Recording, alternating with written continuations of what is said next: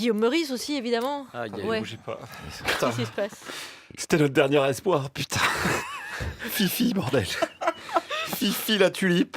Putain. Fifi le pourfendeur des assistés. Pas toi. Pourquoi Fifi, pour une fois qu'elle avait un sans casserole, il se retrouvait avec une grosse marmite au cul, putain. Tout ça à cause de ta bonne femme, Fifi. Putain. Tu savais qu'il fallait se méfier des bonnes femmes, bordel. Une galloise en plus. Toi qui étais contre le regroupement familial, putain. Trop bon, trop con. Excusez-moi, je suis dégoûté, voilà. Alors je suis allé ce matin à l'Assemblée pour apaiser un petit peu ma peine. J'ai cherché longtemps des députés de droite, mais pas beaucoup. Salle des 4 colonnes. Beaucoup de pudeur, évidemment, ce matin. Période de deuil, évidemment, hein, pour tout le monde. Alors, j'ai d'abord rencontré un député souriant, hein, puisqu'il était du Parti Socialiste, Hugues Fourage, hein, de Vendée. Il voit pas bien le problème, d'ailleurs, lui, d'embaucher sa famille. S'il y a la compétence, où est le problème? Quand un chef d'entreprise embauche son fils, sa fille, quand il y a des recommandations, parce que ça existe dans tous les cas. Comment vous avez eu votre boulot, vous, à France Inter? Vous avez été recommandé ou pas? Oh l'enfoiré! Oh l'enfoiré! Il attaque direct. Alors non. Vous êtes notre fils, non, mais vous ne le savez pas, je Guillaume. n'ai pas été recommandé. D'ailleurs, quand j'en ai parlé à mon cousin Emmanuel Perrault, le directeur des programmes de la station, il m'a bien dit, hein, il m'a dit, écoute, tu vois ça avec ton arrière-grand-mère Laurence Bloch, qui est directrice de France Inter. Donc vous voyez, il n'y a absolument aucun piston, attention. Et dans l'entourage parlementaire de Hugues, où est-ce qu'on en est? Moi, j'ai mon fils qui travaille à mi-temps pour moi, mais il a bac plus 5 en droit. Et puis, Il a fait une lettre de motivation, il vous a envoyé le CV. le CV, je le connaissais. Est-ce qu'il a passé un entretien? Il a passé un entretien très serré. C'est vrai? Oui. Bah évidemment oui, vous croyez quoi? À mon avis, il était en ballottage avec un fils d'ouvrier et une fille de concierge. Il lui a dit, Hugues, à son fils, si tu débarrasses pas la table, le poste, je le refile à la petite Martinez. Ça rigole pas, c'est des entretiens très serrés avec Hugues. Alors après, bon, il y a évidemment le problème du symbole, mais comme dirait Hugues... Pourquoi se priver d'une compétence? Ah, mais parce que vous l'auriez trouvé ailleurs, sans aucun doute. Pas forcément. Et en plus, il n'y aurait pas eu de doute de pistonnage. Oui, mais vous savez aussi, je vais vous dire, il y a aussi un rapport de confiance.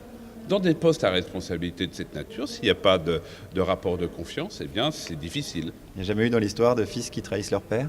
Pour l'instant, c'est pas le cas, donc je suis pas inquiet. Voilà, je ne suis pas inquiet, hein, c'est quasiment les derniers mots de Jules César.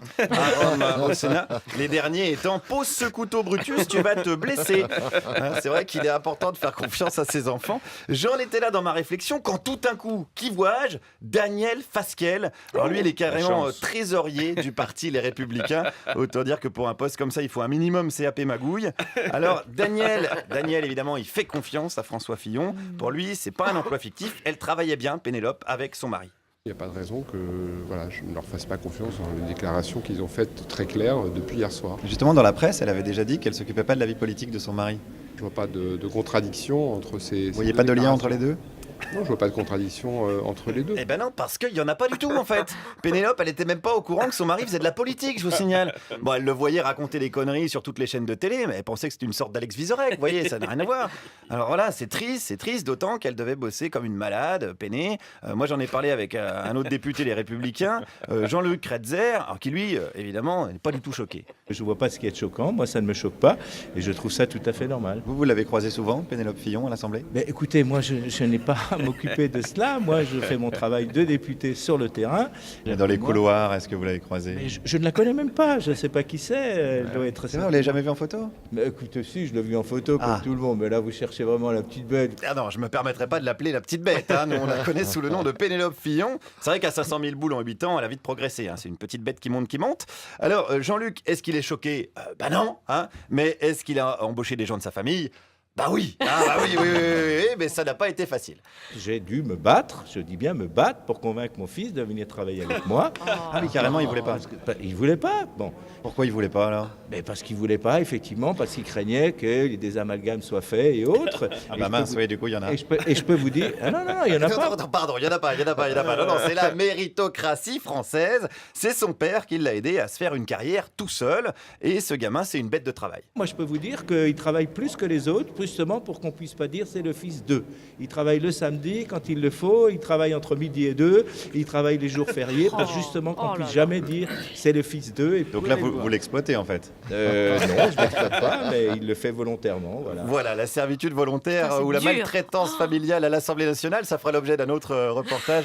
Enfin, en tout cas, ça nous rendra pas notre Fifi. Encore que c'est pas perdu, hein, parce que si être une crapule, ça empêchait de faire de la politique, ça se saurait. Merci, mais rappelez-nous qui gère vos tournées. Erwan Rodari, le producteur, et un petit peu ma sœur, Qu'on salue. parfois, voilà, mais qui a passé un entretien très serré. J'imagine.